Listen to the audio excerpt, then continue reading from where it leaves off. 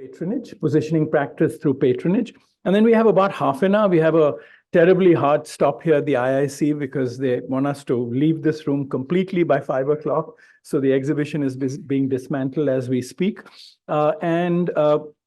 I hope we can yet have 40 minutes of a bit of a discussion. There were many questions. What is the mainstream? Many other issues. That'll be good to push further. And so it leaves us with something to take away. So with that, I'm going to ask, there'll be a little change in the order. I think now we'll get Bimal Patel to go last because he hasn't loaded his presentation. And the first three speakers, starting with Rajni. Let's go ahead. Thank you.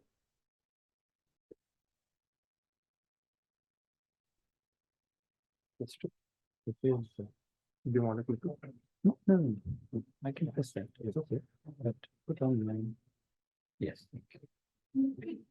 Hello, everyone. First, let me thank the Lalit Mittal Institute for organizing this and Rahul and his team for putting it together so beautifully.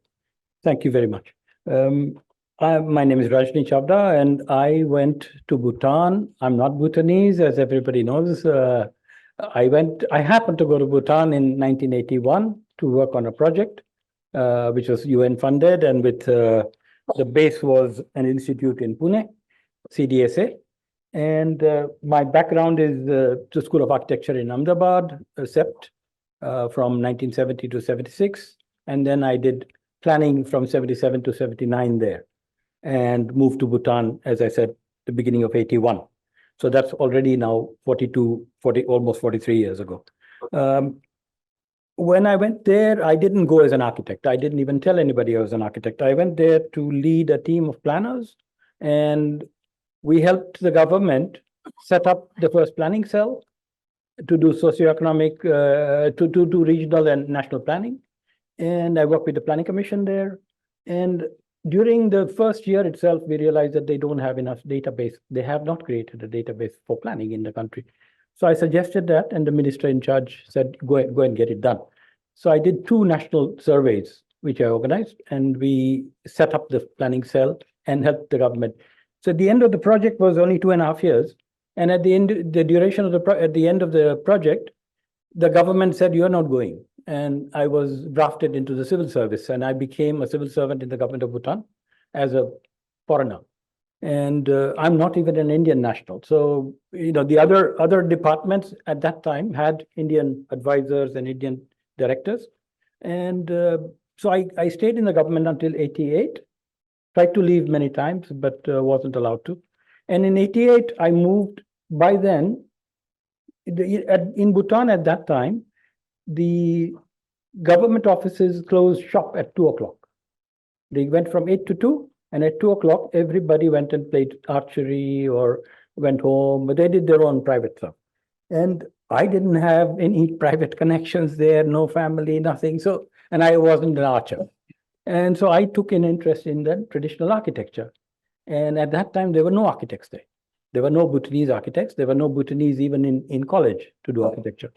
So I started taking an interest. And after a couple of years, I thought I could work in that environment. I knew at least enough to do some work.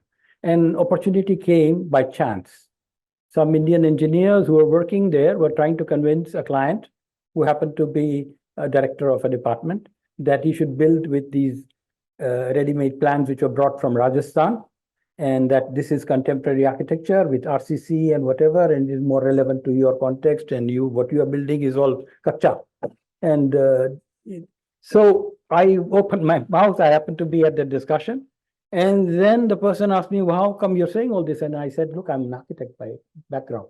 So I ended up doing one project, and that began everything else. And I did about 25 houses pro bono because I was a government servant. So I never did all that until 2 o'clock. And then after 2 o'clock and on the weekends, my time was free, provided they built in the traditional way. They built with traditional materials, did not level the land, did not cut the trees. My services were free.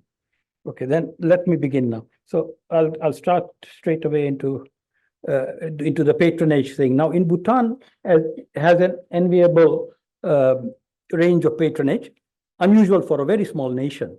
This is a very promising situation, both for the nation as well as its architects. We have a range of royal projects. We have the religious and spiritual organizations, which also use the services of architects. Government departments, particularly the Ministry of Infrastructure and the Ministry of Education, have very big programs where they use architects. External development assistance like the UNDP, World Bank will use architects, and the embassies when they build their facilities in Bhutan. And civil society and charity organizations, a couple of them have already started using architects. And then, of course, there's the private sector. The private, so I'll start with the royal projects. The royal projects, there have been several, and there are more coming. The Royal Textile Academy was a royal project. The Druk Gyalpo Institute, which is happening in Paro Royal Academy, it's still under construction, is a royal project. Jigmesinge Wangchul School of Law is under construction. The main campus is ready, main academic areas are ready, but the housing part is going on, and I'm involved with that in the construction side. Kajatrom is a new concept. The king has promoted it to convert and to revitalize traditional markets, the weekend markets in town, and use them 24 hours, make cafes, make them more relevant to current society. So that's happening. The Gyalsung Infra is a way the king believes to bring in national service, and 4 campuses are being built. All graduates who return from, because most graduates go out of the country to train, and when they come back, they are now required to put in 1 year of national service. And they get oriented in traditional custom, traditional society, and all that. Plus, they must award time to their profession. So if they're doctors, they work as doctors, but national service. Then the Gelefu, this is the brand new thing. It is about to take off. Bjarke Ingels, the world famous architect, has been commissioned by His Majesty to set up, to do the concept planning for a new city. They call it a mega city, but mega city in Bhutan's context. Bhutan as a country has a little over 700,000 people. So even if all the people in Bhutan ended up in that mega city, it'll still be probably this area of Delhi in population.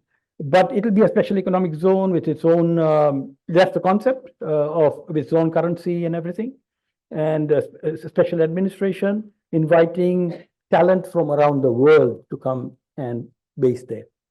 Then there is the religious and spiritual organization. There is a central monastic body which makes campuses for itself, where architects are involved, and they patronize that. Then there are other spiritual heads of who are not part of the central monastic body, but have world famous standing, and they have their own monasteries in Bhutan. Then the government ministries, as I said, the Department of Culture is very well involved in the protection and preservation and of heritage sites, and they have a massive and the person who started that for the government is here with us, Ma'am Vyjayanthi, and she spoke yesterday and showed us some of her projects. Then the Ministry of Infrastructure, as I said, the human settlement, they use architects and they patronize architectural services. City corporations and district administrations have regulatory bodies where they use architects.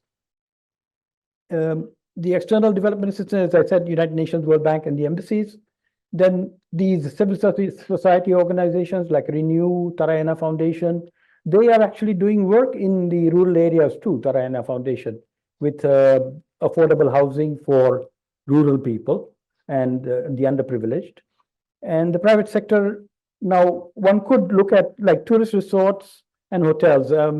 These are also foreign investment coming in, and they tend to bring in their own architects, brand architects with them, the 5-star, 7-star ones. But they use Bhutanese architects to put them into context there and into particularly with facades and regulations with regard to drawing approval and all that.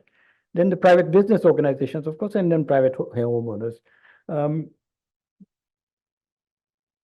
So as most of you will know, that Bhutan has a very strong tradition of continuing its patronage of the arts and architecture, with a strong policy of preserving and promoting cultural traditions. And preservation and promotion of culture is one of the four pillars of, as Madam Vyjayanthi mentioned it earlier, of the GNH policy, which is the overarching policy for development in Bhutan. Long historical tradition of patronage, and it goes back. The royalty, the nobility, and the clergy have been in this for a long time. This is evident in all these zongs and monasteries, and the traditional artists and skilled craftsmen are commissioned by a patron. In Dzongkha, it's called Jinda. This is an old tradition, almost 400 years. The patron is the one remembered and he gains merit for his next life in that. Architecture is historically Buddhist, of course, and it traces it is claimed to be traced back to Pema Lingpa, who was a 15th century treasure revealer. And the Zorik Chusum, Madam Vyjayanthi mentioned it, 13 traditional arts which are patronized. These are the ones. Some of them are related to building. So there's no architecture there, but carpentry, carving, masonry, bamboo work go into the architecture. And it is recognized as an important nation building. And Bhutan places very long, a lot of emphasis on this because it is a way of affirming sovereignty of this little country. And they protect through architecture and through dress code that we can keep our country independent and different and unique from the neighbor. So this was the first thing that I built. This is 40 years ago. This is the one that would have otherwise been a Rajasthani building. This is what we did with traditional materials and traditional craftsmen. There was not a single non-Bhutanese involved apart from me in this project. And then that later I helped, when I left the government service, I went into 1988, I created the first contemporary architectural consultancy in Bhutan with a co-founder, Bhutanese. And this was a repurposing of an old 150-year-old building in Paro into a hotel. And it's still a hotel. We have to introduce some elements into it, and clean it up and redo some things. And if you see the staircases, these didn't exist because the ground floor was stables in ruins, really. And we had to create rooms into that, cut into the where we needed light and some ventilation. And then the upstairs was made into rooms. And so we measured drawing and all that is involved. And then introduced very few elements, but the chairs didn't exist. I added those, but in the traditional style. They are steep, as Bhutanese stairs normally are. Then this is the Royal Institute of Management campus, which is a 5-acre, 6-acre campus just on the suburbs of Thimphu. And this happened, it was an ADB funded project, and this would have otherwise gone to, so my role at that time became, because there were no Bhutanese architects, that we had to prevent and somehow break the tradition of Indian architects from Delhi coming with the CPWD and working there. So we set up the bidding system in Bhutan. One bids for projects, public funded projects. You cannot dish them out to anybody. And this, I think I was involved in that, and my intention was to break this Delhi grip on architecture. Yeah. And so this is that campus. And then about 14 years ago, I was involved in this 29-acre Royal Thimphu College at Nabifu, which I consider one of our iconic works. And there were so I was given the project, but it involves a team. So there were there's a young Bhutanese who started his career with me, Peb Gelson. He's no more young, he's now 50 plus. And he runs the best practice in the country, Gandhara Designs. And so he was involved, his office, and my colleagues at one time, who are now based in Mumbai, they were involved. And we did it as a team at that time. So that's the campus. It's a 1,000-student campus, the first private university in Bhutan.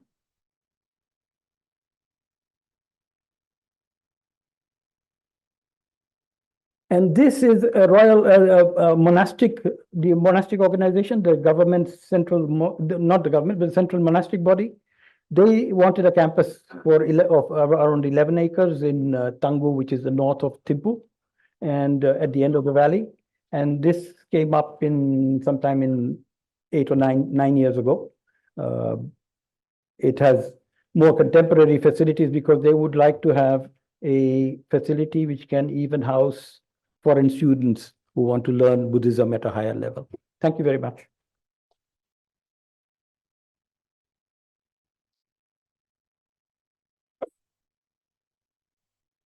Please give me a minute till I load the presentation.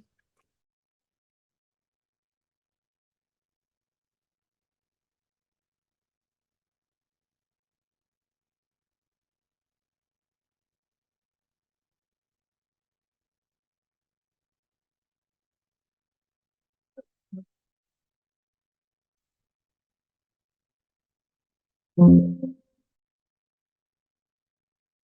load it separately.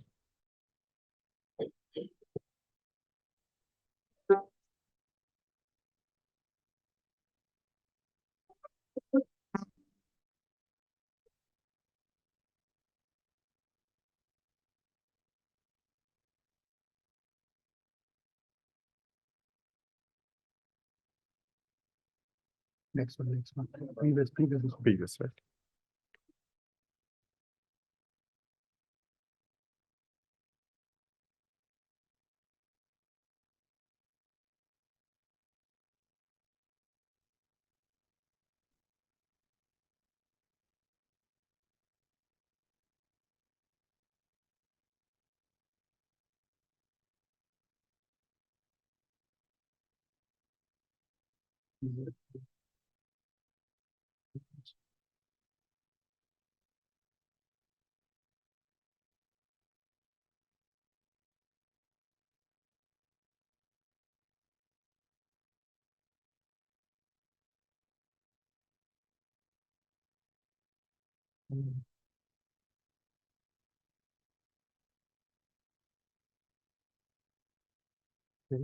And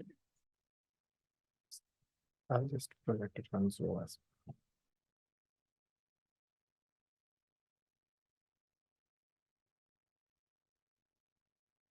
So, yeah, thank you so much.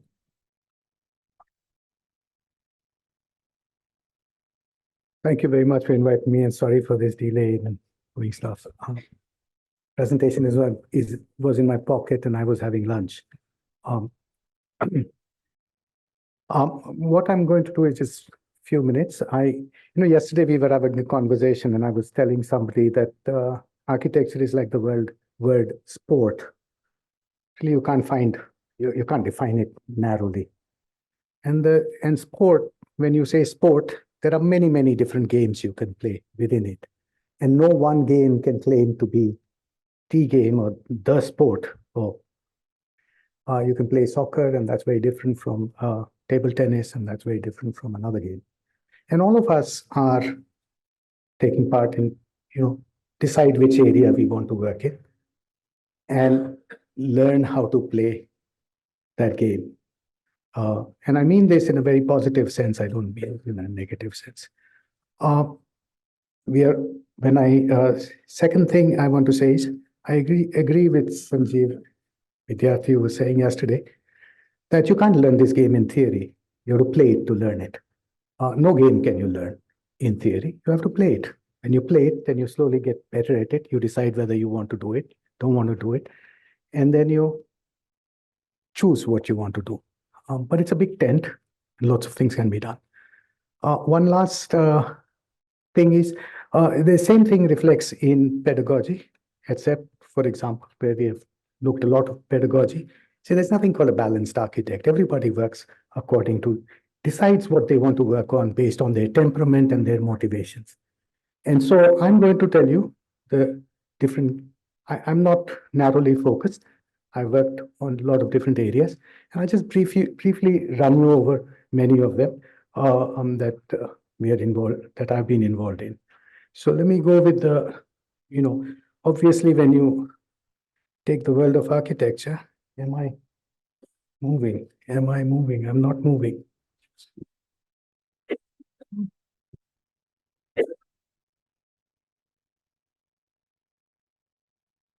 Okay. Yeah.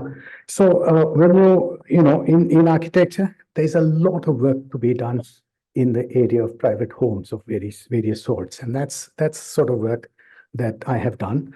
Here's a house that, of course, the favorite one is the one that I designed for myself. My wife and I designed it together.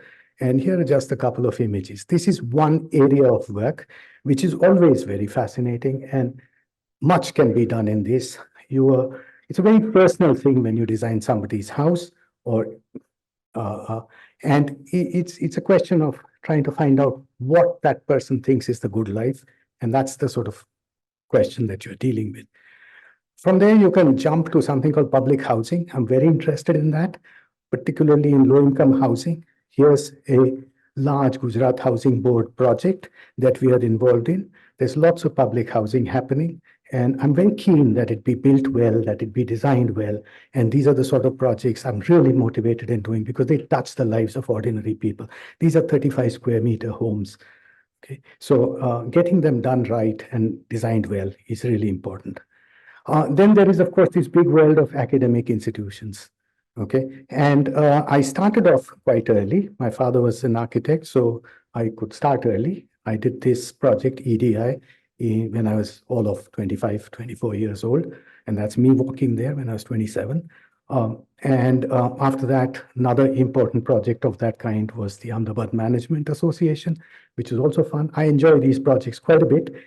Then IIM, the new campus, where a number of us have built, including Rahul. This was the first academic block that I built there. And this was right next to the Louis Kahn campus. And so this is a project we have just recently completed. It's a sports complex there. And so academic institutions offer an altogether different arena of work. You can do, it's very creative form finding that you can do here.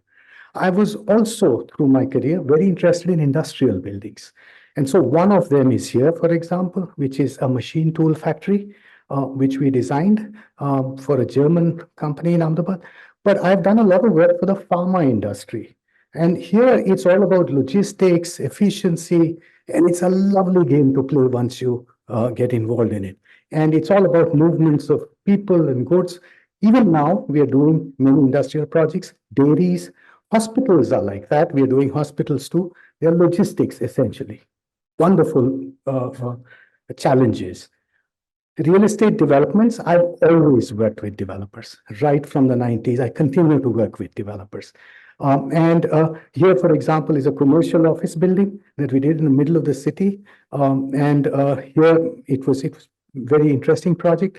And you guys did the landscape there. So here's another farmhouse scheme where we were supposed to do the clubhouse in the middle of the farmhouse. And sort of this Miami style came about because I collaborated with my sister and she loves colors. I would have done it very plain.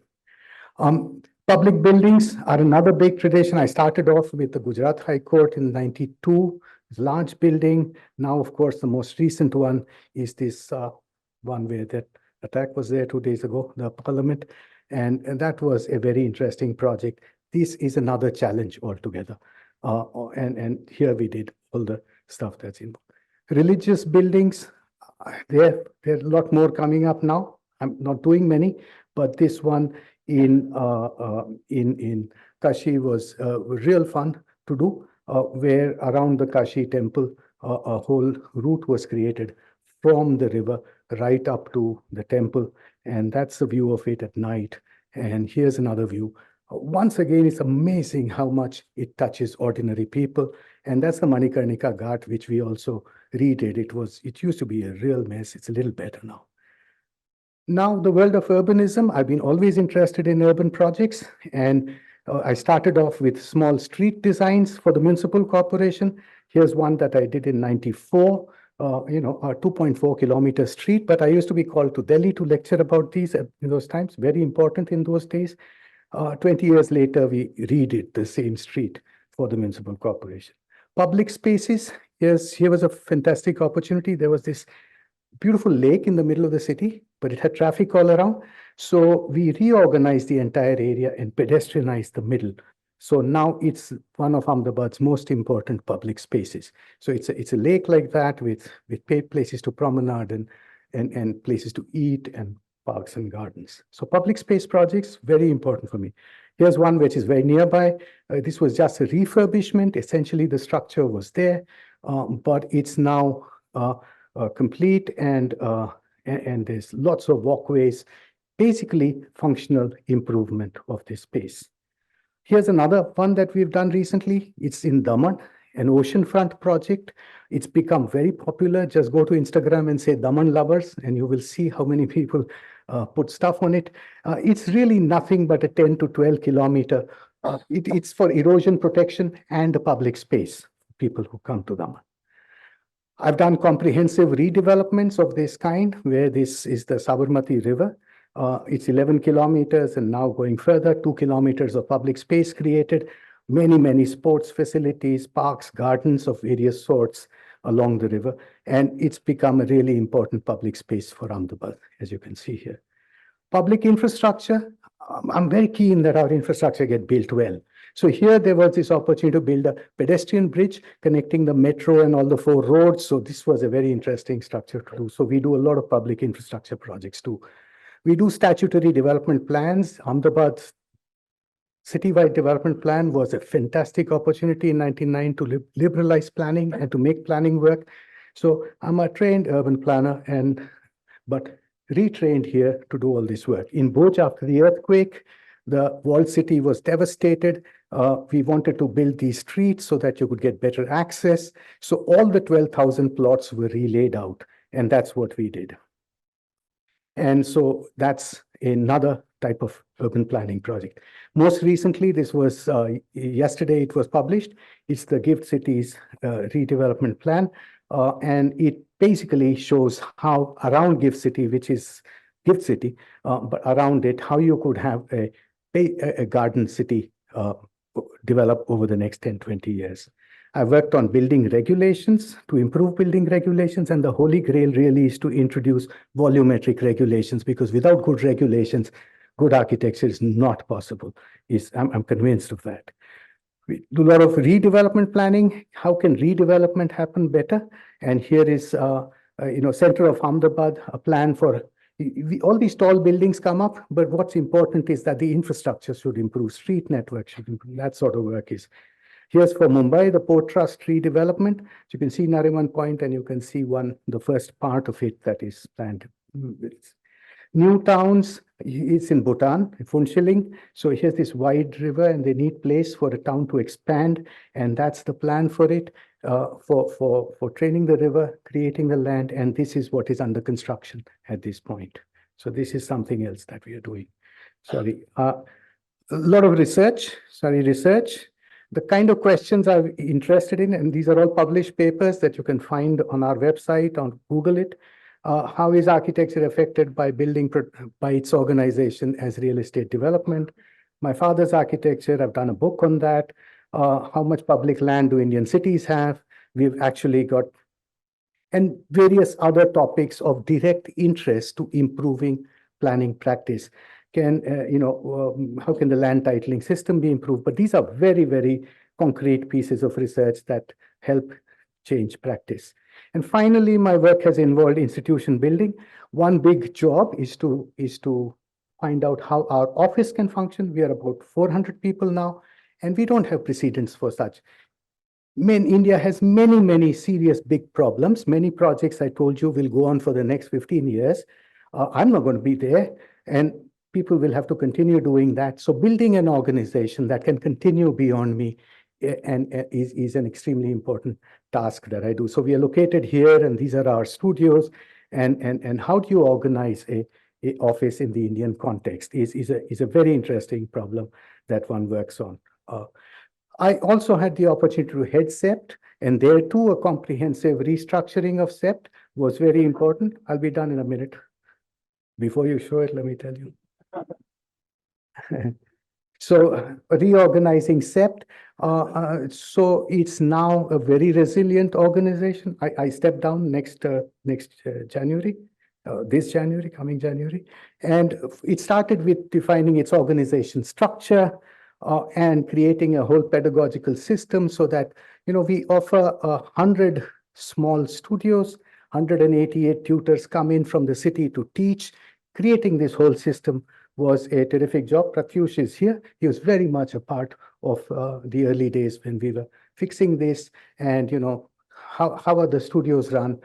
Important thing was to focus CEPT on excellence. In India, we have focused on many things, but we do not focus on excellence. And that was a really important. One lovely role that I had to play there was to commission architects to design buildings. And here's a workshop where I can now say I'm a client also. I'm not just an architect. And here's a building, the workshop building there designed by Gurdev Singh. Here's the one done by Christopher Benninger, the foundation program building.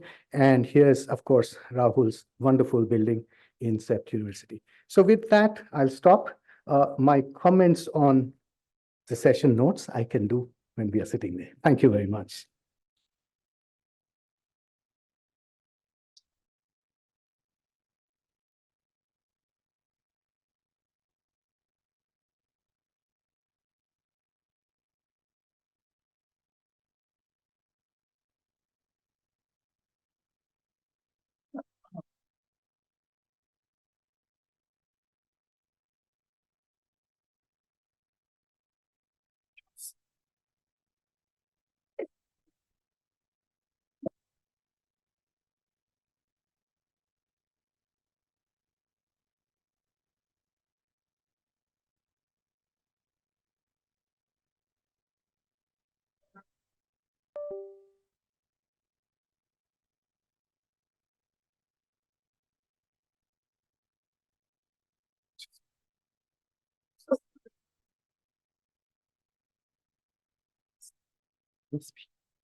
Yeah.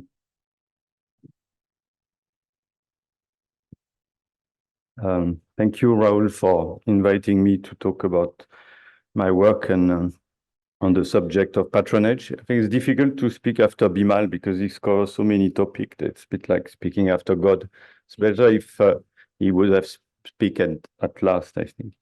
So I will just run you quickly through some projects which I've been doing over 25 years of practice in India. And then I want to focus on what is closest to what I think the subject of patronage is in my particular practice. This is the Alliance Française of Delhi that you can see very close, like 100 meters from here in Lodi Estate, which is a French cultural center done between 2001 and 2004. My first patron in India were actually the French government.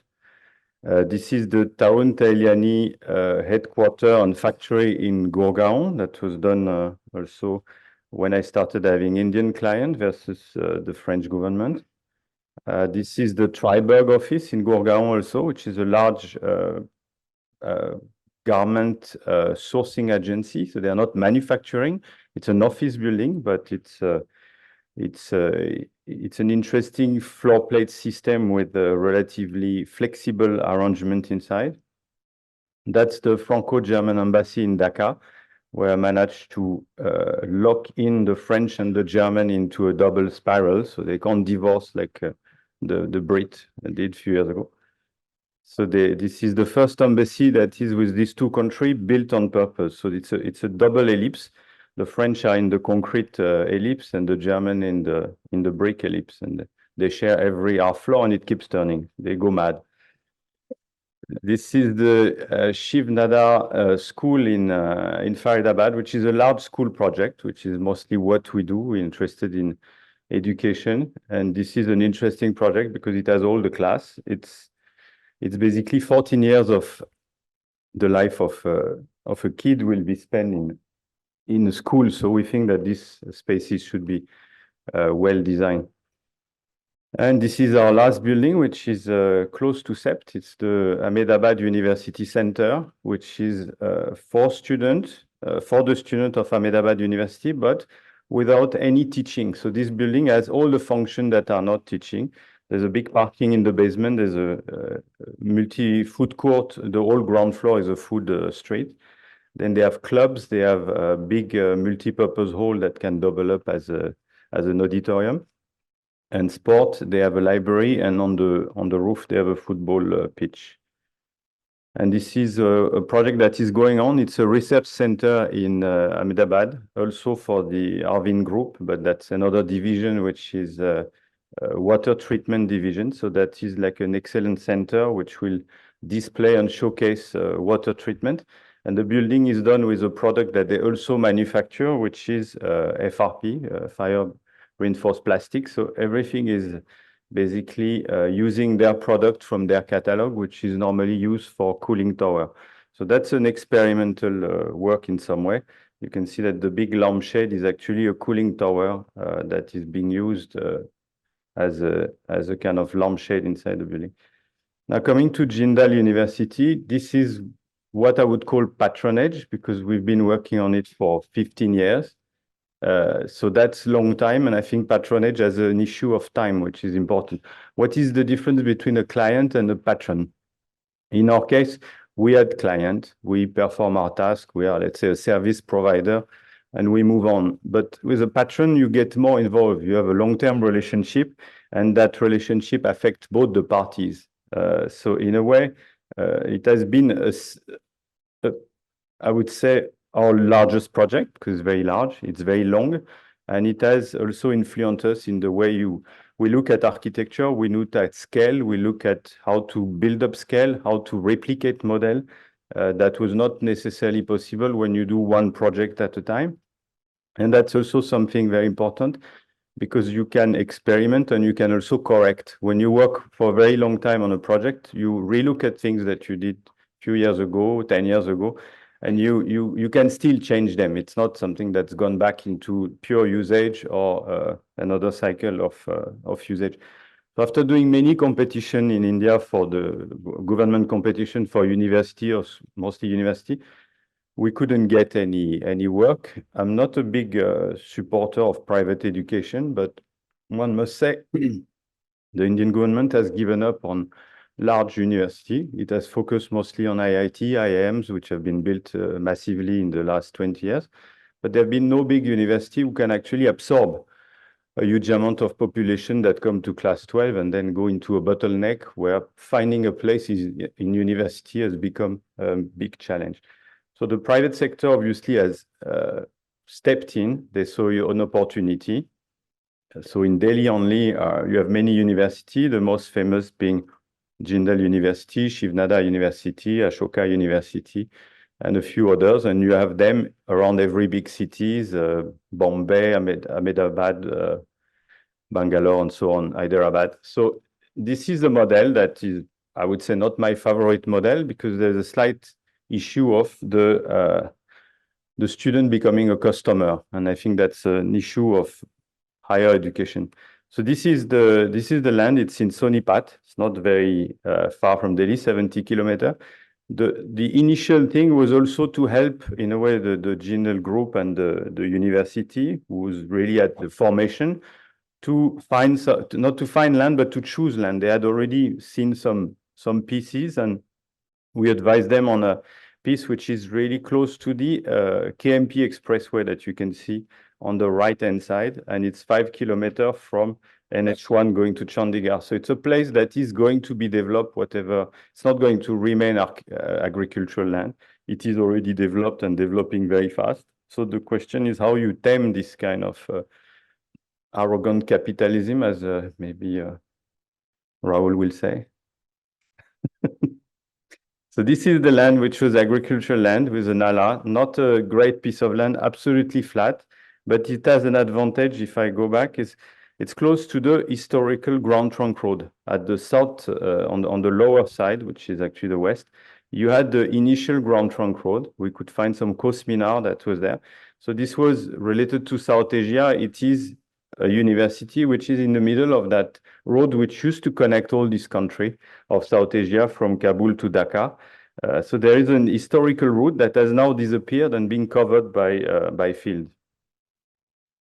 Then we started with a A4 sheet program for university, because what we realized is nobody knew how to actually plan university, plan the brief, design the brief of the university. So we started with a very geometric and mostly a landscape approach to architecture, where the academic block would be in the middle, then the student housing, and then the faculty housing. And then it evaluated into this thing where we left much bigger place for sports and parks and collecting water, the academic block being still in the center. And after a few years, the plan evaluated to something where the housing took over so much that we had to really replan the whole thing with much more housing, because we realized the ratio between teaching facility and housing was close to 1:3, which we didn't plan from the beginning. So the big square that you see is mostly the sport area, and the park on the left, which was the first to be built, it's more like a ornamental park, I would say, with the flag, and it's also a big water collection where we basically dig the land by 4 meters in slope to collect water. So this is phase 1, which was, in terms of patronage, it was not the beginning, I would say, of the patronage, because at that point they were in a hurry. They had 18 months to design and build, and everything was done with Larsen & Toubro, the big Indian company. So there was a clear identification of with the client, with the contractor, with the architect, though I had to work with their engineers. So the first phase was relatively traditional, and then so this is the main academic building, which had a steel structure and some concrete core with the auditorium and the library. Navin Jindal had won a case for the Indian flag, so the flag had to be integrated in the design before it became, you could say, a kind of contagion, because now we have flags everywhere. And the building was lifted from the ground, so the park would come below. This is the main academic block with the library in the center in brick. That's the main academic block. That was the construction site, to give you an idea of the scale of what a contractor like Larsen & Toubro can monopolize. So everything was prefabricated in steel at site and then lifted up with big crane. The faculty housing was built in traditional manner with a concrete frame and cavity wall in brick, with duplex apartment for the teacher. Then they realized that actually they should give all the rest of the land to student and not faculty, because and this is the original scheme of housing, which was very low density, and we got shocked to know that it had to be much more densified later. This is the early building. Then we moved to phase 2, which for 10 years we built only housing. So it was the patronage of building housing and how that influenced our practice in looking at scale and technology. So all those red buildings, they were added 1 year after the other, I would say, first on a 2-year system. So this is the first housing block, which was designed with interesting split level flat with cross ventilation. And then we basically advised them to look at precast factory, because their timing was so short that precast system were the only way to meet the kind of speed. And then that means the type of planning change and the type of drawing change, because you are drawing everything like a carpentry work where every piece has to be clearly defined in advance. So this is the mode of construction. And this has been going on for 7-8 years now.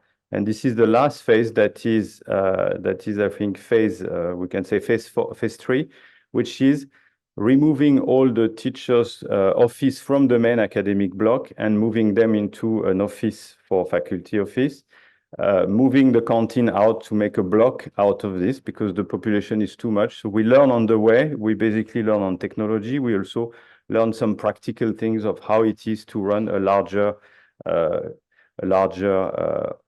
basically planning for people, and then sport came in the center. So these are the new blocks which are just getting finished. This is the faculty office block, which is a large atrium inside, all made of steel and bricks. So we also visit the Jindal factory because we can source the material and understand the process. So that's part of that, I would say, learning curve of patronage. This is the sport complex. I will run through fast. So which is also made of large span trusses. And this is the last two buildings, one being on the right side, the multi-story canteen, which has everything inside for all the floor. And on the left side, the auditorium, the classroom, and what they call the moot court. So these two buildings are twin buildings, and they are going to complete the planning of the Jindal University. So one of them is already in, so this is the canteen. This is one floor of the canteen. And this is the auditorium. And this is the moot court that is going to come on the roof, which will be for the law student when they have competition. So this has been my understanding and my way of looking at patronage. So this is this building in construction. And this is the future plan where they plan a school of engineering on the top right and a medical school on top there. We don't know yet if these things will happen, but this has been a continuous process where we learn on both sides. Thank you very much.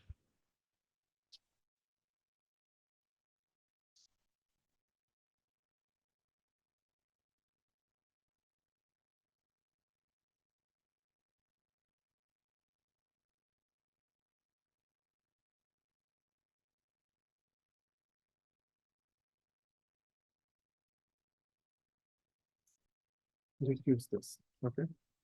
Go ahead, go back. This is going back. Yeah. And this is, okay.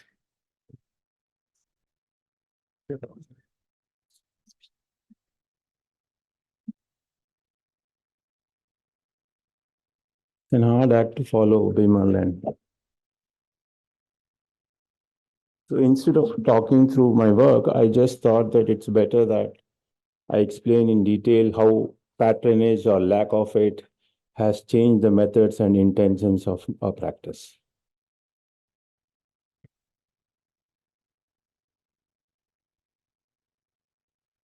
We started practice around 2007, 15 years back.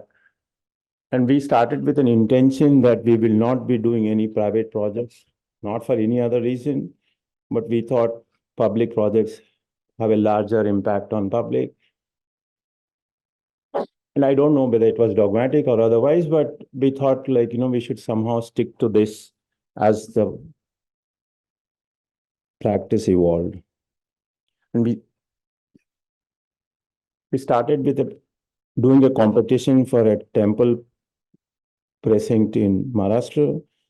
So they were looking for some some kind of a strategy to increase the carrying capacity of the pilgrims during Navratra, and without actually stopping use of temple for any amount of longer time.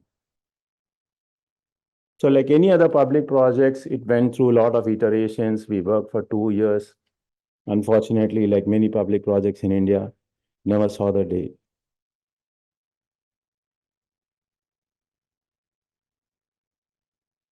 So it was followed by almost 3 years of self-imposed exile, where I was trying to reflect, what is that as a practice we want to, should I relook at it, whether is it possible for me to start working in the private realm. And actually post-liberalization, the government has completely withdrawn from the public projects. So there was no way we could compete for the public projects, whatever few that were being built, because they were the criterion were very different from perhaps what I was looking. I was thinking that competition should be the ideal way of looking at public projects, and that's how you can get diversity. But unfortunately, it was not happening.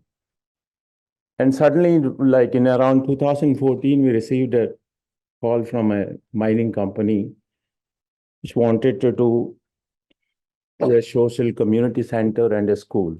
It's more of a community infrastructure. So we had mulled about it, whether I should be doing it or not doing it. But then finally, the project was so interesting, we thought we will do that. So we worked on it for, say, a year or so intensely.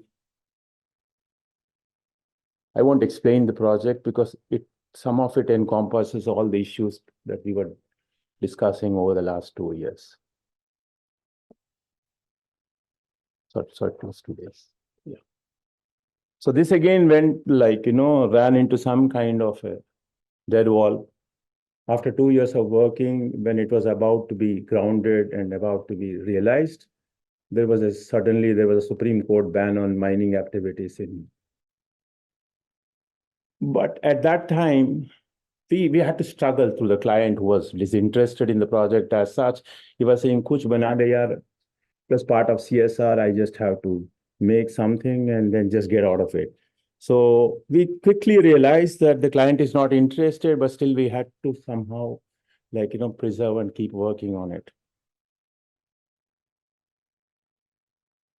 So the idea was to create an infrastructure more than a definitive project. This is one of the qualities which we tried to endure through all our projects, was try to be less defined in terms of function, how a form defines, and whether adaptability, and somebody was talking about ephemeral way of looking at things, how functions can change over a period of time, whether the projects are good enough to adapt.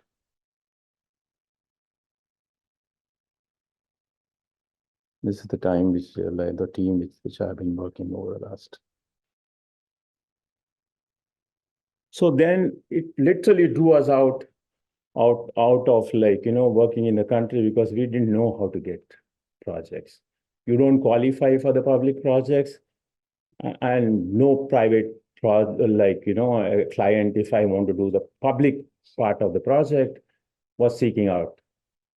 So how do you do? So then we ended up looking at the possibility of working in countries and cultures where there's a competition culture. That's how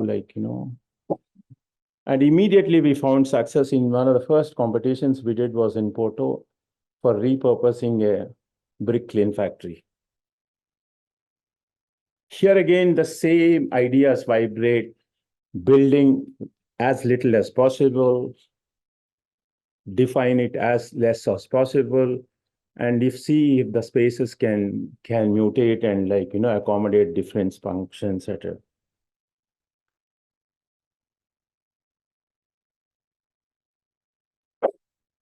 This was our entry for the extension of the WHO headquarters. Suddenly we realized that we are not bad. So we were quite competent because we found early success in these competitions. And we thought so what is, initially we had self-doubt whether, is there anything wrong with us? Is it about competency? Are we not competent enough to do it? But then suddenly we realized that perhaps temperamentally, as you were suggesting, we were not very social in nature. We were not able to I would look at it as choosing my own way of interacting with a larger thing. And then, so I won't go into detail of any of these projects, but we had success in all of them, whatever the projects I'm showing here.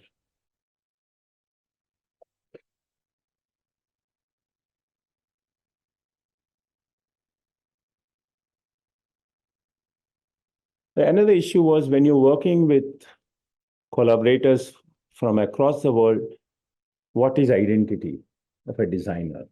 How does one actually dissolve the idea of an authorship, singular authorship of a project? So it helped us to over a period of time. It just almost took us 7-8 years to figure it out, a method wherein you commit very less to the design to begin with. Over a lot of conversations, the design emerges. And in the end, what you do is minimal.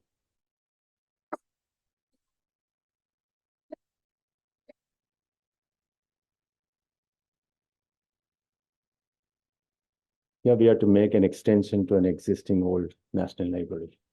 So we completely made it a subterranean.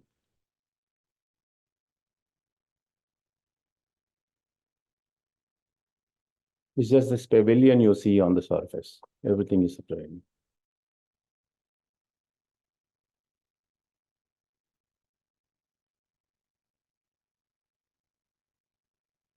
Please note, as we started working on the competitions, our methods and intentions kept on changing because we were looking for an elusive pattern somewhere else.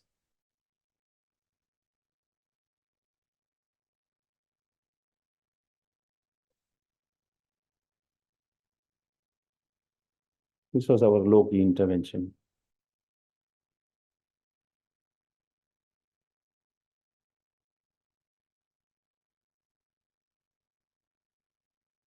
Yeah, finally, sometime in middle of 2016, we won a competition in Korea. And I wanted to focus on the patronage part of this project. Post winning the competition, we were invited by the city to come and give a public lecture to coincide with an exhibition they had. And we were going into a country we never visited. It was the first time. It was the first time we were visiting the country. And then we were worried, like, whether people will take it, will accept the project as such. But to our surprise, when we went to meet the mayor told us, the jury wrote to them saying that they should implement the project exactly the way it is conceived. Of course, subjected to technical checking. And true to his word, the project was implemented through COVID times without us not visiting the site for almost 1.5 years. And they have this wonderful system of working with highest ranking architect within the same competition who becomes your local architect. In this case, it so happened that he's so experienced and he was building all Caesar's projects in Korea. So we couldn't have asked for better in terms of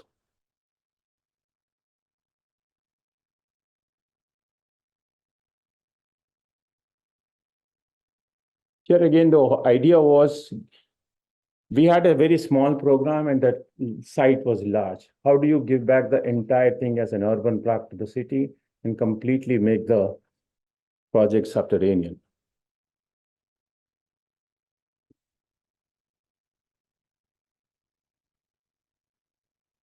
And I don't know how it happens in India. It was a fully built up area. They had completely demolished the entire area with the full consent of the public and redeveloped the whole place.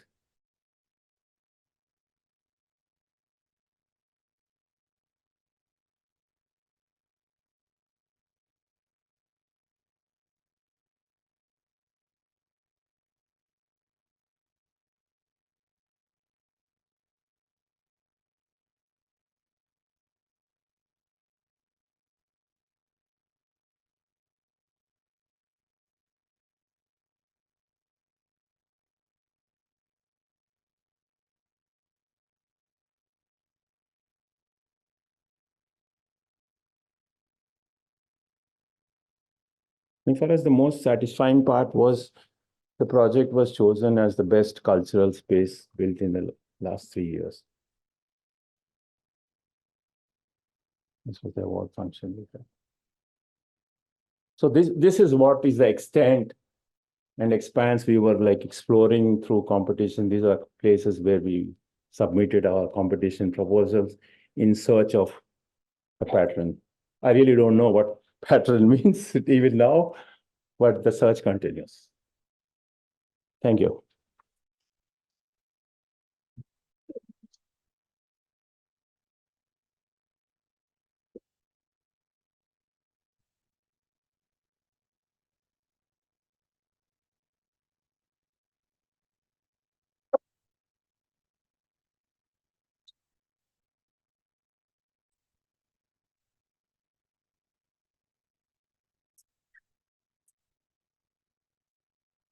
Good afternoon, everyone. It's great to be the last speaker of this series.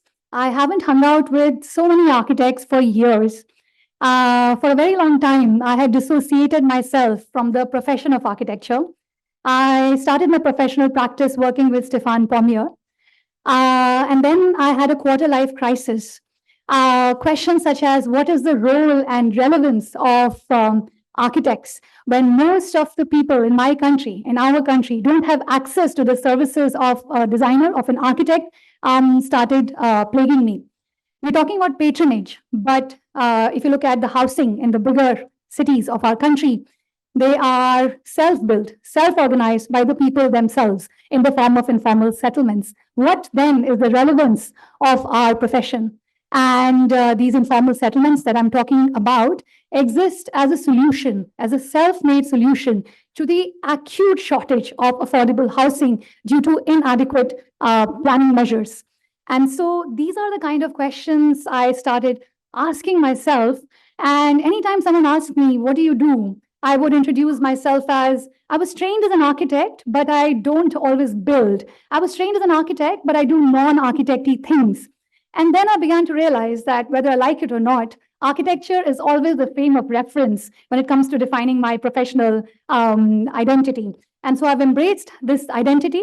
And instead, I have learned to question the definition of architecture itself. And can we rethink the limits, the scope of how we look at architecture as a profession? So today I'm here to share diverse approaches of our studio called Social Design Collaborative, which lies at the intersection of architecture, planning advocacy, urban development, activism, and community engagement. And you can decide who's the patron in all of these approaches, working towards spatial justice, working towards housing rights, and the right to the city. So as you might all already know, and also thanks to Sarovar's question in the Q&A session on the first evening, our cities are being continually restructured. They are being continuously restructured through the processes of demolition and evictions, which has exacerbated, especially over the last 2 years.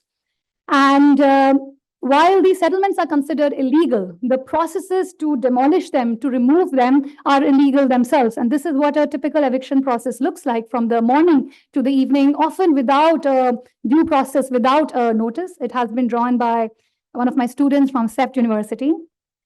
And so it became important for a bunch of us, academics, activists, social workers, to come together and archive all the forced evictions that have taken place in Delhi over the last 30 years. And if you look at this website, which we have compiled, it's a digital archive called missingbasti.com, you'll see over 300 evictions have taken place over the last 30 years.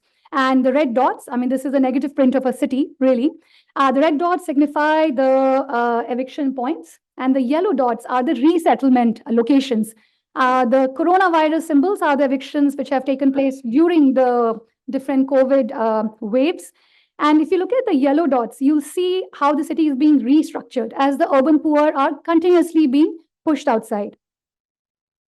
And so we have been working with the farmers along the river Yamuna in Delhi for several years. It started with a very naive project where we were called in by the community to build a school, which the DDA, the Delhi Development Authority, had demolished because the farmers are considered encroachers on the floodplains of the city, though they have been formally paying rent through short-term leases. When a farming cooperative was set up by the DDA, back then it was called the DIT, the Delhi Improvement Trust.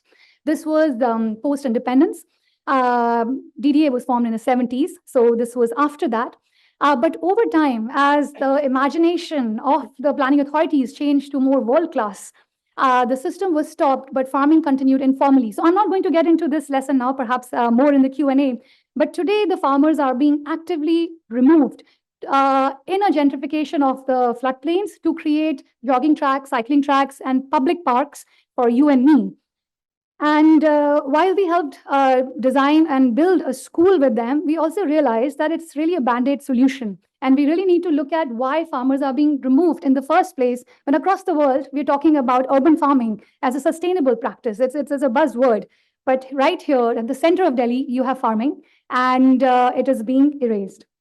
So we started mapping the extent of this loss from 2000, when the first satellite imagery could be found. Of course, now finding satellite imagery is a challenge in itself, if you have read the news. And we mapped how drastically the extent of farms have reduced.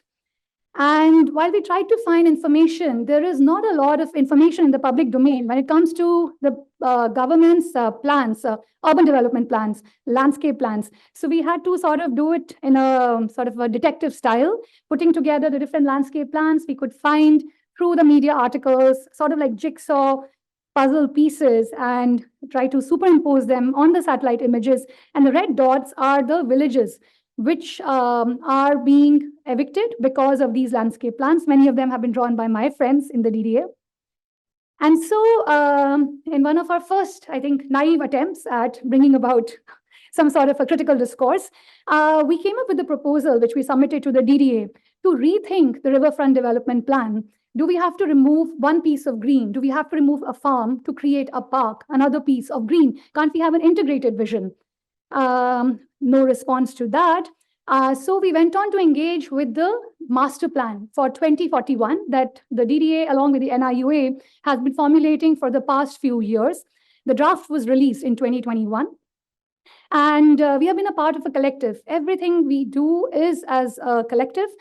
This collective was called Maybe Delhi, and it is made of over 40 organizations, civil society organizations, academic institutions, community-based organizations. And the reason we were formed is to, like the engagement for Mumbai's master plan as well, and now Chennai is going through a similar process. The reason we were formed is to make sure there's accountability in the planning authorities and people's feedback, people's concerns are heard.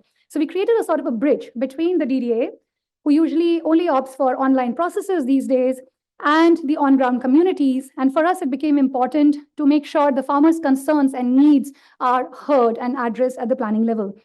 So these are the sort of pointers we took there. And as a part of the campaign, we also designed a toolkit to help people understand the draft master plan. It's a technocratic 500-page of a document, which even trained architects and planners take a very long time to go through and understand. And how does the ordinary sort of resident in the city understand what's in store for her in the master plan? So we created this toolkit called Kaun Hai Master, Kya Hai Plan, because somehow we're still using the word master plan, though we gained independence in the 40s. And somehow this person is a man who's designing for us, who's the master above us, who's designing for us all. Many people said we should call it a masterly plan. I like it much better. So we try to translate the different chapters in the 500-page document into very simple activities. Here you see 6 of them: housing, utilities, transport, etc.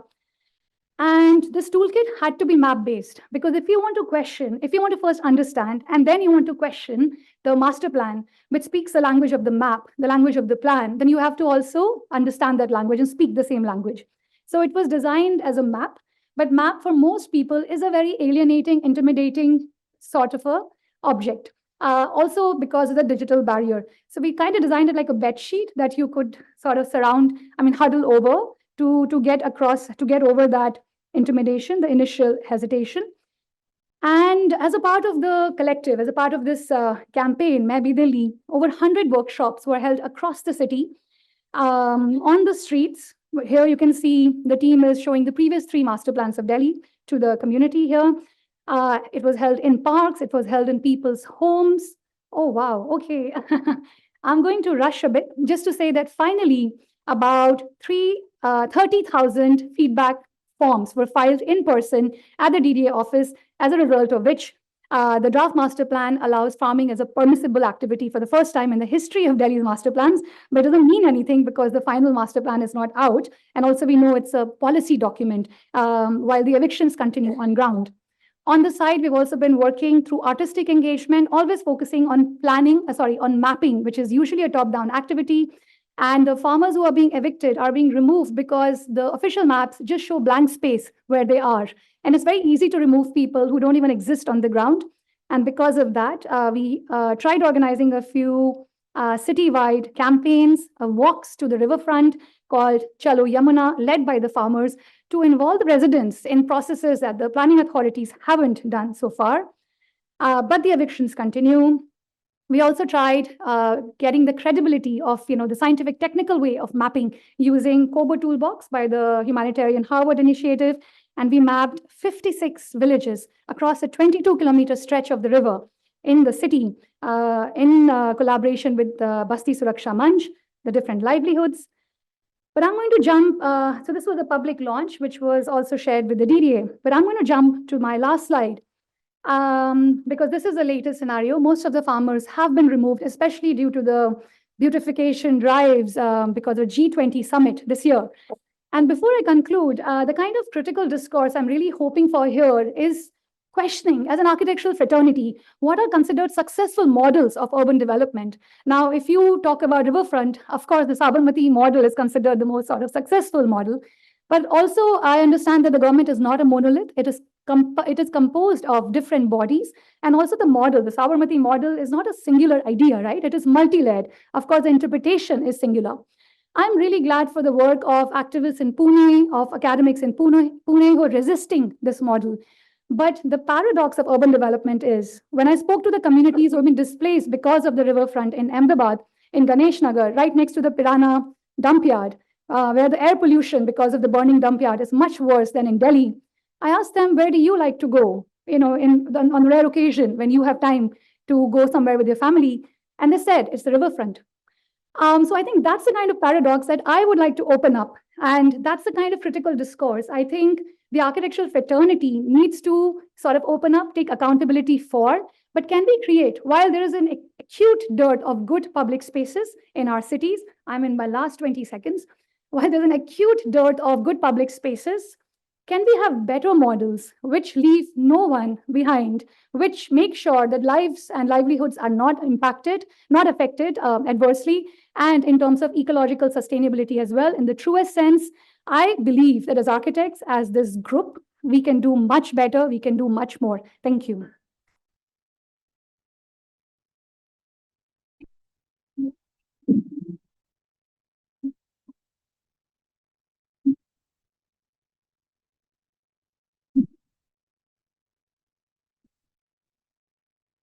Lights.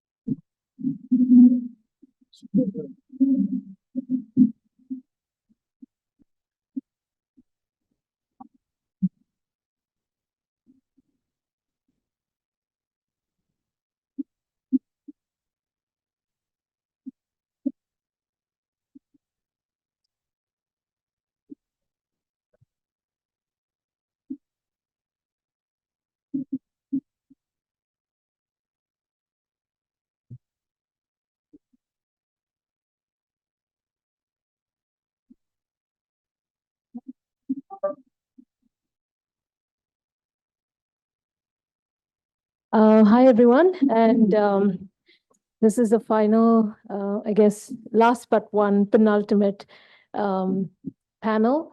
And I just wanted to, I put my foot in it at the beginning of this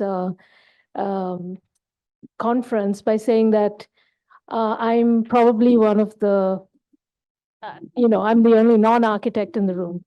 Of course, I've been completely proven wrong in many ways. And one of the ways I think in which that's happened is looking at this in the last couple of days, this whole idea of practice itself, right?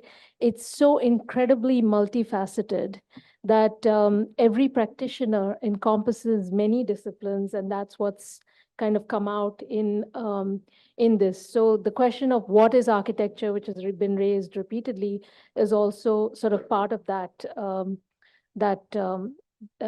conversation. Again, what I wanted to say at the beginning in the moderator's remarks was that we had this idea of thinking about looking at cities, especially in South Asia. In the last 20 years, the kind of transformations that have taken place have actually made one wonder, like, who has built these cities? And then this panel addresses the question of who is the patron or the client. As you know, Stephane, you made that distinction between patron and client, which brings in the element of time as well. And I think that, from the other side, 20 years later, I am teaching in a school of architecture and teaching future architects to actually imagine who those patrons or clients are. And what that means in that process is introducing so much context. So the patron is not just a person or an institution or a government, but rather it's a context that is so incredibly complex and has been covered in many ways in these last 2 days. I'm going to hand over to Kaiwan to ask the more difficult questions from the panelists. Thanks, Vyjayanthi. Yes, as Vyjayanthi said, we are in the last penultimate moment, and to keep this discussion crisp and yet within time, just a few comments. I think, again, in the opening remarks of the moderators, I said two things. One is the client missing in the stories that we share about architecture. In Rajni's presentation and in Stephane's presentation, there was a sense of the client or the patron given, but it was more a textbook sense of the client that comes across. And one is still looking for where or what kind of role does the client or the patron play. And I'm asking this question, or I'm thinking about this question in another remark that I had made, that possibly the patron or the client, whichever term we use, and that can be another finer debate, I think reflects on a larger ecology, whether it is the question of how is the large building stock coming up. I think that has been hinted at or pointed out very clearly in a couple of presentations throughout the morning. There's also moments of resistance, moments of finding different kinds of ways. So in a sense, the ecology is much more vibrant and in a wider range than I think what we all sometimes try to put in a binary. And somewhere this connects with this recurring question of the mainstream, where I somehow feel that the mainstream, like many important things, there is a sense of practical reality, but there is also a sense of our imagination that produces the idea of a mainstream. It may not be really existing. It may be existing in parts in certain cases, but I think those cases suddenly aggregate to make us imagine there is some monster that is going to, like Moloch, come as the mainstream. But clearly, I think throughout the day, one has realized that the mainstream or the not mainstream and everything else that comes in between is seeming to be existing simultaneously. And yet there is a wider block of production, which we are not clear how it comes from, where it comes from. So that's, I think, and somewhere there, this question of how each one of these studios, etc., are negotiating, where the projects are coming from, selection of projects, choices of projects. Is it as simple as a project comes to your office and you take it? Is there a choice making moment in the office that we will take this, we will not take this kind of a thing? I think those stories are still something that one would really like to know. If one looks at Bimal's presentation, I know life is not that simple, but it appeared quite like a smooth flow of a range and variety of projects in a way. And on the other hand, Madhusudhan was always in search of the competition, like waiting for Godot. There's a competition coming, there's a competition coming. And I find these interesting binaries. I'm saying this in very good spirit and thinking. And on the other hand, one has in many other conversations heard from Bimal or even in Rajni's presentation as to what it means to think of a master plan. How do you intervene in a master plan? How do you think at a larger level? And let's look at master plan as the overarching idea in a sense. But in Swati's presentation, there is a sense of having to resist or negotiate. So what would be the conversation, say, between Bimal and Rajni and Swati? I think in these would be a range of thoughts that I would sort of leave the panel with. If any one of you wants to begin with certain responses, that would be great. And then we'll soon open it up to the audience. Come on, somebody has to respond. Stephane, Bimal. Yes.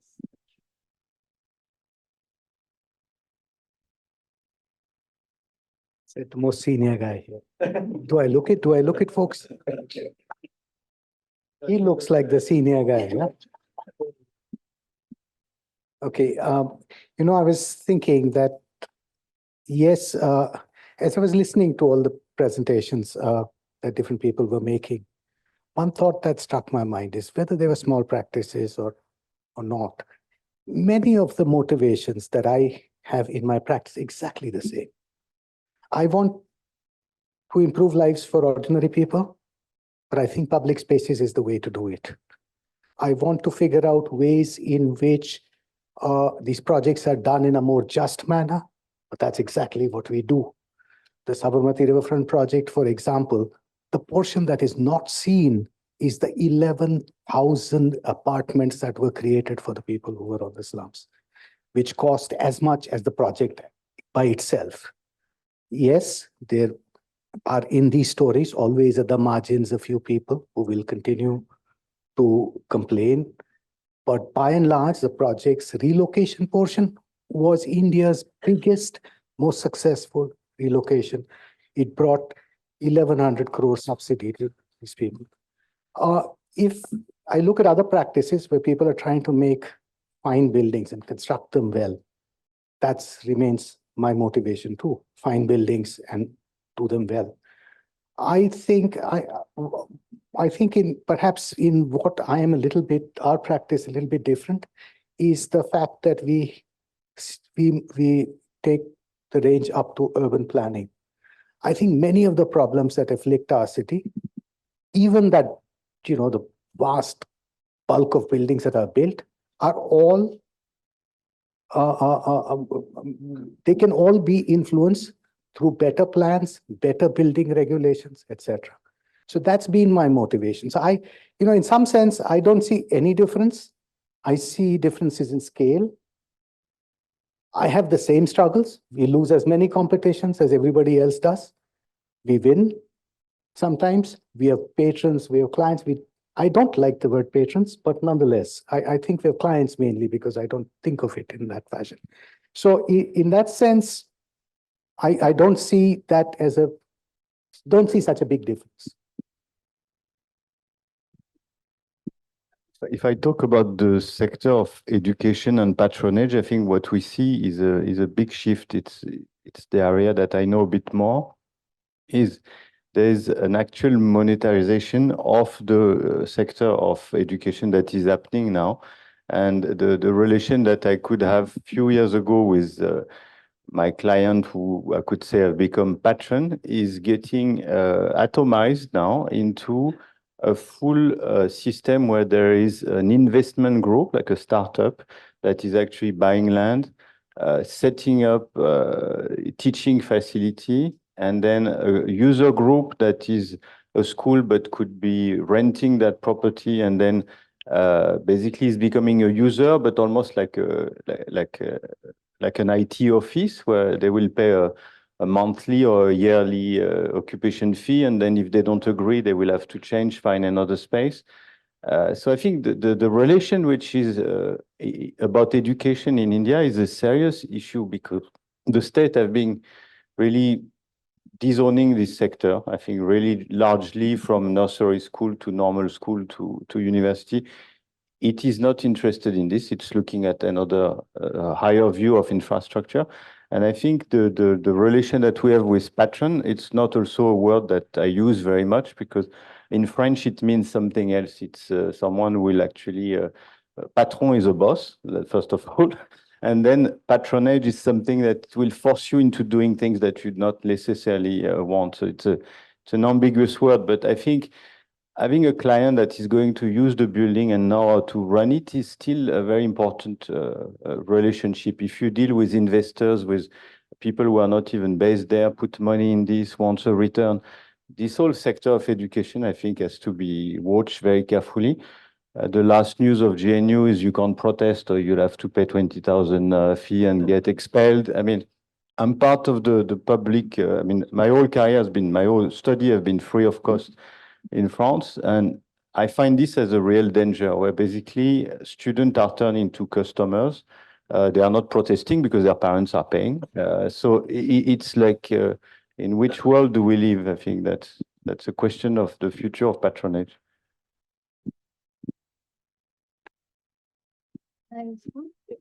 No, please. I wanted to respond to your first sort of provocation. So from starting off as a so-called activist in my younger days, I think of myself as much older now. What I have realized is that to talk about the kind of issues we're talking about, it naturally makes sense to start shifting to policy advocacy. And over time, and I think in a way we all are doing that. And at the end of the day, I don't know if it's a lot to ask of architects, but I think we all should be studying policies. If you're designing public spaces, if you're designing markets, if you're designing streets, we should be learning about the Street Vendors Act. How does it protect the street vendors? What are the different sort of guidelines? And then I think it goes to the education of architecture, where this should be an inherent part of our education. And a second point I wanted to make here is based on what Stephane had said. And again, inherently, patronage has to do with power. I think let's also mark that somewhere. And I feel right now, all of us occupy positions of power in a way. We have visibility. We are on this panel. And as architects who are in positions of power, can we start insisting for some things because we can? So for example, when we're talking about the condition of construction workers on our sites, can we go a bit beyond our scope and also insist on daycare centers for construction worker housing? Can I urge all of you in the audience as well, please say no to panels. Please say no to panels which do not have women in them. I think these are the small sort of steps that we need to also be taking when we are talking about patronage, which is also linked to power.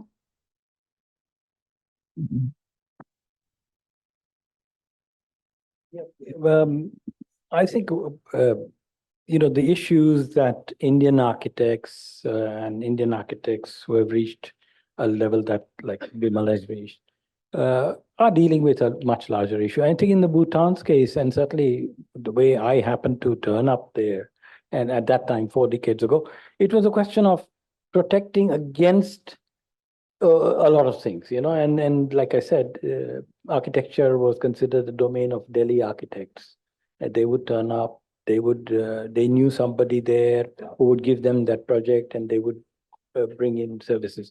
So we had to create a situation where the governmental people who were dealing with all this understood that you need to build up a local base of architects. Or even if a foreign architect came in, they must have presence there, understand the context, and then work and build up capacity there. And that was the initial years. And now there are 300 Bhutanese architects who are trained.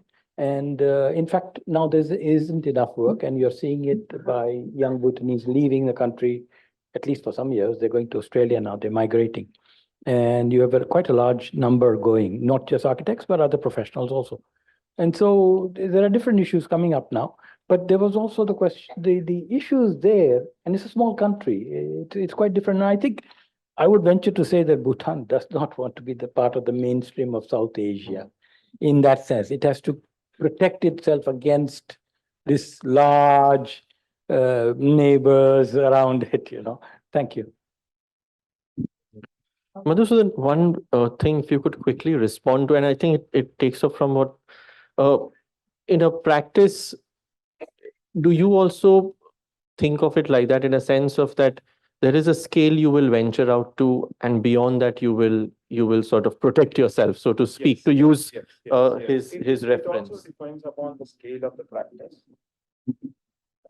It also depends upon so our conscious effort is always to work on varied typologies, but at the same time at a scale which we are comfortable with. So taking off from one of the earlier panelists' conversation about being a Bruce Lee and then trying to stretch themselves beyond.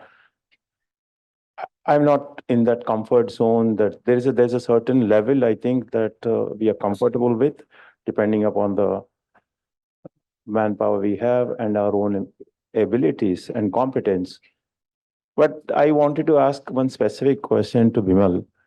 How do you make these public projects more accessible to smaller practices?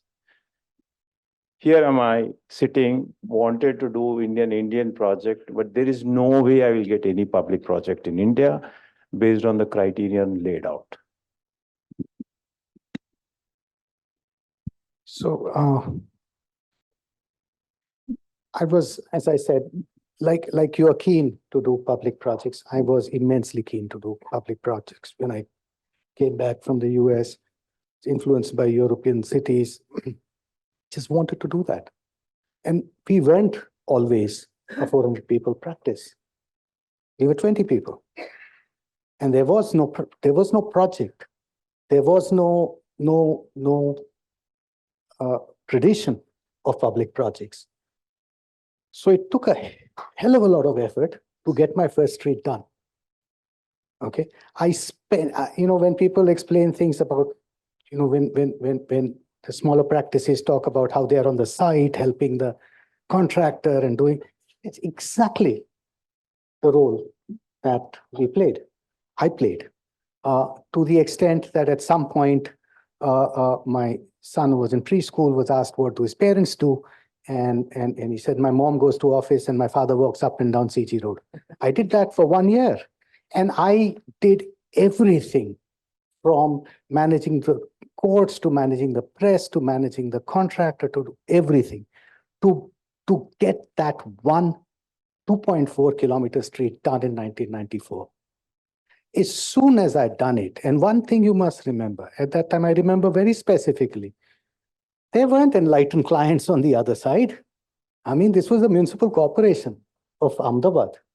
There were people, I invited my professor from Berkeley to come, Alan Jacobs, to come and do a talk to the municipal corporation so they could be inspired to do a street. He is a great urban designer, my mentor and great supporter. And he gave a lecture and I translated in Gujarati to the standing committee of the municipal corporation. This is how I built credibility to do my first project. It took a lot of effort. It was also strategically very smartly done so that it didn't use taxpayer money, but we did it as a self-financing project from the advertising revenues of the street. So that was another important thing. So you build up that credit. Now so in a sense, let me put it this way. Unlike a lot of people at that time, I took the municipal corporators seriously. I didn't look down at them. I worked with them and I explained this is how we do. That credibility led them to somebody say, okay, can we do this? Can you do this? Slowly, as we went ahead, doing public projects is a very difficult thing. You need, and these complex projects like the riverfront project is engineering, it's slums, it's finance, it's a whole lot of things that you need to do. And putting an office together that could slowly understand and tackle these problems, everything from topography to surveying to, these are not easy projects. So they don't fall into your lap. You have to work towards them. You have to work hard, strategically. A lot of luck is involved. My first big luck was that my dad was an architect. And I had a practice I could join. I had a source of income through the architecture that I was doing. All my stuff for the riverfront was for free, entirely. It's not. And it's because 6 years I managed the project. Municipal corporation, not a single person, nobody was interested. I was managing the project. So these are not done easy. I'm not a cousin of somebody. And nor am I, this is not how projects get done. And my office wasn't always large. And I also didn't know always what has to be.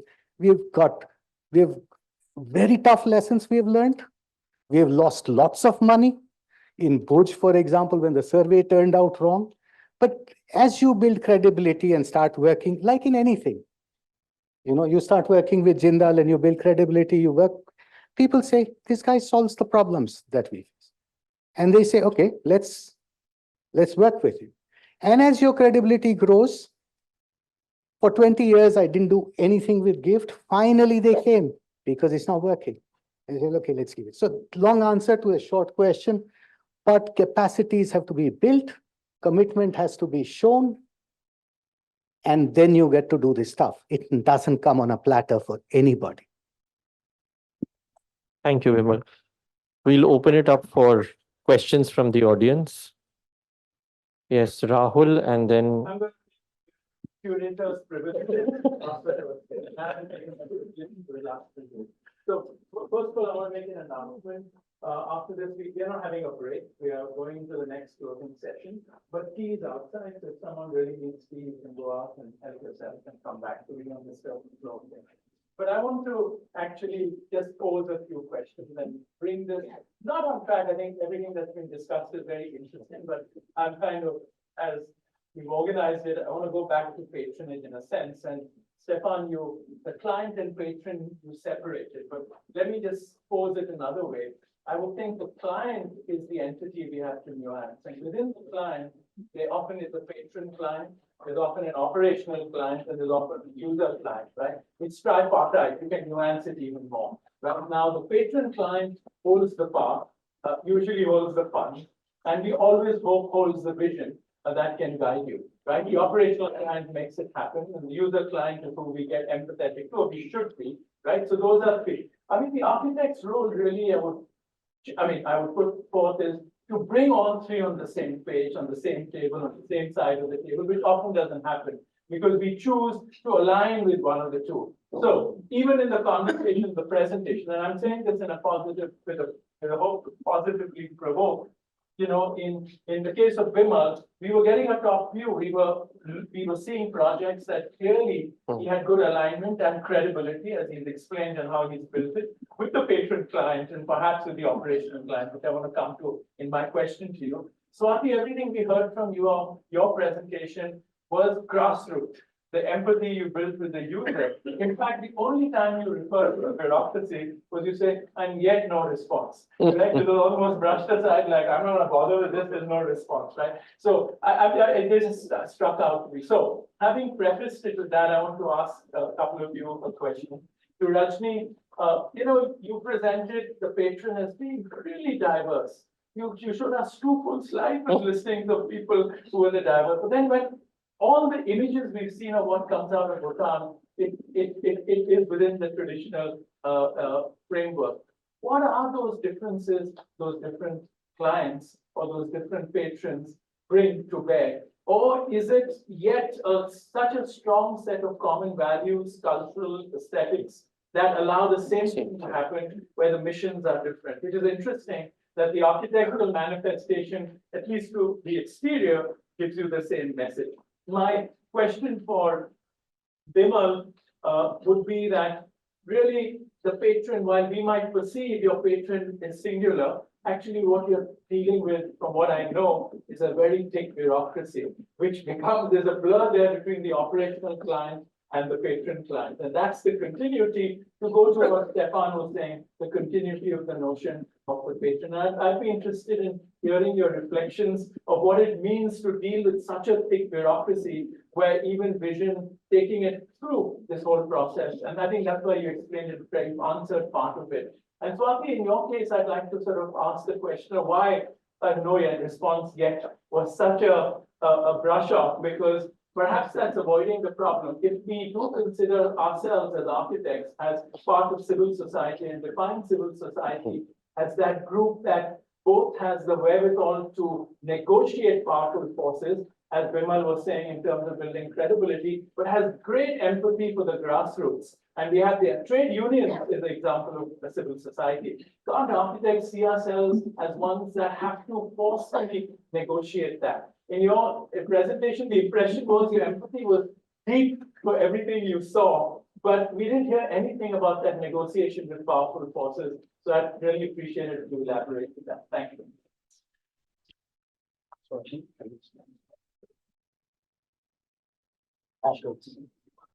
Okay, so thanks for bringing the focus on that. I was also meaning to be a bit disruptive, so maybe because of that. But there is constant engagement, Rahul, and that is the only way. And that's what I was also saying. Policy advocacy is the effective way. And the government is not a monolith. It's not just the DBA, right? There's also DUSIP, which is the Delhi Urban Shelter Improvement Board. There was also NIUA, the National Institute of Urban Affairs. So there are multiple bodies with different levels of engagement and different levels of empathy as well. And we have been engaging with them over the years. I think when it comes to the farmers, I also feel a bit emotionally because I have been working with them for so long, and they have been displaced completely and recently. But there have been successes as well when it comes to engaging with the different government bodies. When it comes to street vendors. When it comes to, we also regularly engage with the Ministry of Housing and Urban Affairs in building Anganwadis and building Anganwadis daycare centers is a very effective way also in the legitimacy that an informal settlement needs in the assertion of right to the city because it gives you a formal address and then hence paves the way for incremental access to services. So there are many different avenues, different approaches. I was talking about diversity of approaches, plurality of action, and many of them work. And many of them do not work. And the cynical point of view I might have presented is also because at the heart of it, I'm a diehard optimist. But thanks for bringing that up. The word I would use is stakeholder. I think patron is also a word that I'm uncomfortable with. I think for me, if you're engaging with the government, the different government bodies are stakeholders here, just as the different users are, just as the designers are, and the other collaborators are.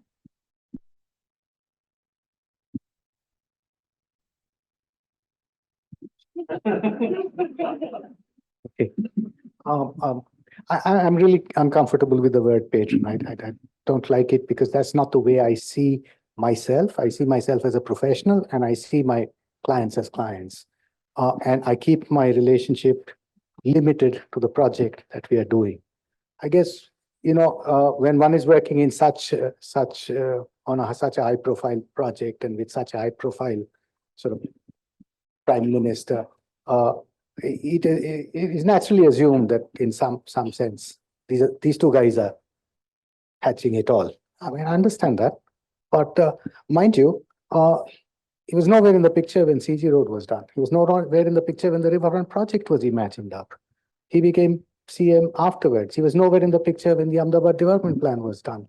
None of my planning work is not there. So first to say, yes, on some projects we have collaborated, but essentially my functioning has been with the state, the permanent state. And by the permanent state, I mean the municipal commissioners. I'm now on my 15th commissioner in Ahmedabad. I've worked with each one of them carefully. And if one wants to do public projects, you will find a way of doing it. And it's usually, while the politicians have to be, so I mean, they control the purse strings and finally the officers, but really the officers are in charge. So you have to work with the officers, and you have to learning to work with the Indian government is like learning to work with developers or learning to work with some hospital clients or learning to work with academic clients or something like this. It's learning. Once you learn how to do it, it becomes easier, never too easy. I can assure you that. Like in any other thing also, it's never too easy with a developer either. It's not as if you now know it and the formula is there but because people change, things change, country changes, everything changes. So I don't think I've always felt that the user is foremost in my mind. So for example, when the Riverfront project was done, and I really have a lot of respect for people like her who are at the other end pushing for the right things to happen. In Ahmedabad, that role was played by activists like Seva, right? So mind you, before I turned in my report, Riverfront report to the municipal corporation, the first person who I had it checked was by Seva. Because do you think what we are proposing here is okay or not? So wherever you can, your users always in the mind. The Indian government is very poor at communicating with people. It's always been a struggle for us because we keep saying, explain because you're trying to do something sensible. But they said, "Baad mein dekh lenge log." That is, but I don't think it's malicious. I've worked with scores of such people. You are, these people are, let's put it this way, India is still not a modern country. How many of these people go home and think they have to explain everything to their kids? Or how many of them who are elder siblings think they have to explain everything to their younger siblings? They say, I'm in charge. Trust me, I'm doing the right thing for you. That's where it's coming from. Now, that doesn't mean it's right. And that doesn't mean I think it's right. That doesn't, and we shouldn't do things to improve the way in which the Indian government communicates with the public, because projects would be so much easier if you actually communicate. But they will learn. But you will never learn if you don't engage. You will not be able to do anything and they won't learn and you won't. Engagement, in my view, is key. And that engagement depends on your temperament. I perfectly well respect that he doesn't want to do that. My father never wanted to work with the government. He was like a guy, while Doshi and Korea would work merrily with the Indian government, talk to all the bureaucrats and, do whatever was necessary, which sort of engage with them in some way. He was not interested. He says, I'm not interested in doing it. So I understand that. I don't think that's, but those of us who have the temperament and want to do it, you will have to put in the hard work. And the rewards will improve as you go along. Never gets easy, completely easy, but that's what my feeling is. Yeah, Rahul, your question. I think we are still at the stage in Bhutan where this question of unique identity, conservation, the preserving and promoting cultural traditions, these are part of the policy making and very strong part of policy making. And there are codes for not just architectural facades, but also for dress, which you don't have. You will not have. You have a different form of governance and a very long history of governance.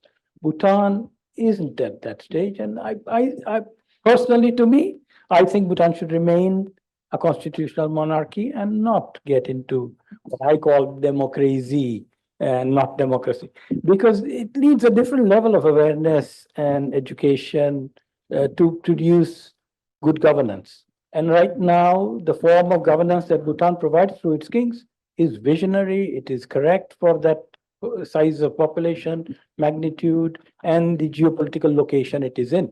And if you want a larger comment, we were this morning talking about America and the sort of governance that is coming out of there for the world. And it is disgusting. So I think they are fine. And it's not that architects cannot and do not. Architects do. There are newer types of requirements in terms of airports or several other institutional buildings which are coming up, which were not there traditionally. But the external facades, the government chose and still continues to choose that we don't want a kitchery of external appearances, right? We want to maintain the difference between neighboring areas and us. Thank you. Yeah, we'll take two 75-word questions with a question mark at the end of it. Yes, please. Can I go first? Okay. Sorry, my first question I think got partly answered by you. It was about the discomfort between in the usage of word patron. And I think that just sort of got clarified, or everybody's talking about it and agreeing on that. It was coming from the fact that there's a counterintuitive, there's a conflict of the fact that somebody is a patron and what is called collaborative way of working. Presently, I personally feel that something that's happened today or should happen, if it's not happening, is that the clients and the stakeholders, as Swati said, are working collaboratively. And I think the most of the visionary designs come out of that. If the architect stops thinking that, oh, this is mine and it is my creation, but it comes out of intense collaboration. This is at the drawing board level and later also. So I'll just, this is more than a question. It is something to, I know there's supposed to be a question mark at the end of it, but just commenting on Swati, when you talk about policies need to be changed, yes, I've lived forever thinking that, policies could be changed, tweaked, etc. But also, I also see that policies are something that can be interpreted to the betterment of a particular project. Most of the architects and designers don't do that because it's like working with constraints and doing it. I think that's where we fall apart. But policies are not a bad thing. Of course, some of them are extremely crazy, but you can skirt around it. So I would say that a good designer, a good design office would seriously take them seriously and skirt around. And it's a privilege of education, being educated in architecture, is that we can do that's design thinking. How do we go around this problem? But the question is for. I thank you all for wonderful presentations. Stephane, I've worked with educational institutions also, and I totally resonate with what you're saying. And I have a feeling that to be able to get a bunch of people that agree on working collaboratively in the beginning is the key. The curious question for Rajnikant is that when you talked about your competition, and I must say, I really enjoyed I could see that if I was in the jury, I would give you the prize also. From what you shared. So, yeah. The question is that when you win a competition, and you gave that example, the person said that whoever the patron was said that do it exactly like the way it was happening. And when the project is finished, I'm presuming that not much changes happen. Do you have any discomfort later that the fact that the real stakeholders or the users or the human factor of it wasn't tested while the discussions were happening? It was an open and shut case. Okay, one more question. Here. Sure. And quickly after. Hi, I'm Paritosh Goyal. I'm an architect, urban planner, and a consultant, urban expert at NIUA, National Institute of Urban Affairs. My question or comment will be zoomed down to three panelists. One is with Stephane. So it is more of a user feedback. My nephew studies in OP Jindal Institute, and I just texted him that I'm listening to the architect who designed your college, and he said everything is nice. We love studying in this campus, but yes, the question mark will come at the end. So, but locating the classroom is a big problem. So, so that is the feedback I got from him. So maybe I don't know. Second is that is the feedback, not a question, but question is to Swati, because I have heard a lot about Maybe Delhi campaign, maybe because I am part of NIUA. There's a lot of mixed reviews, but very important thing which I found is the formulation of such Maybe Delhi type of campaign.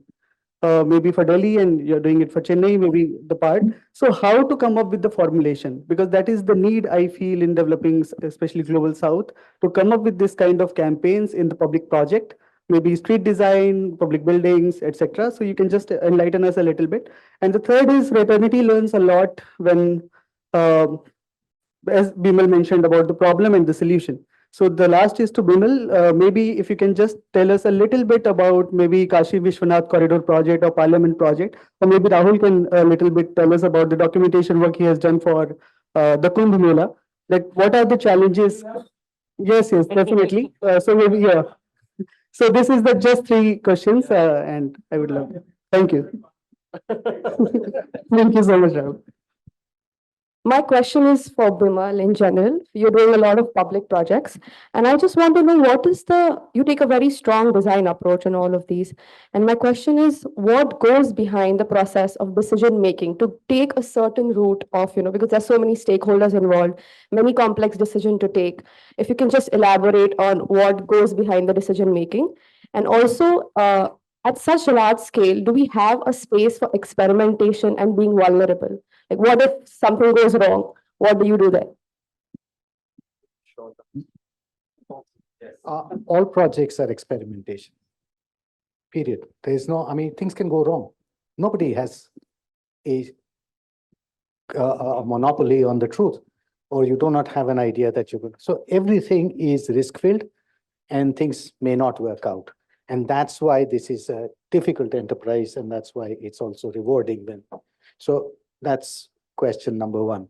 The decision-making process, I have seen, if forced to give an answer to how you structure such projects, I have found that trying to constantly keep the conversation focused on what practical problem you're trying to solve brings a lot of alignment.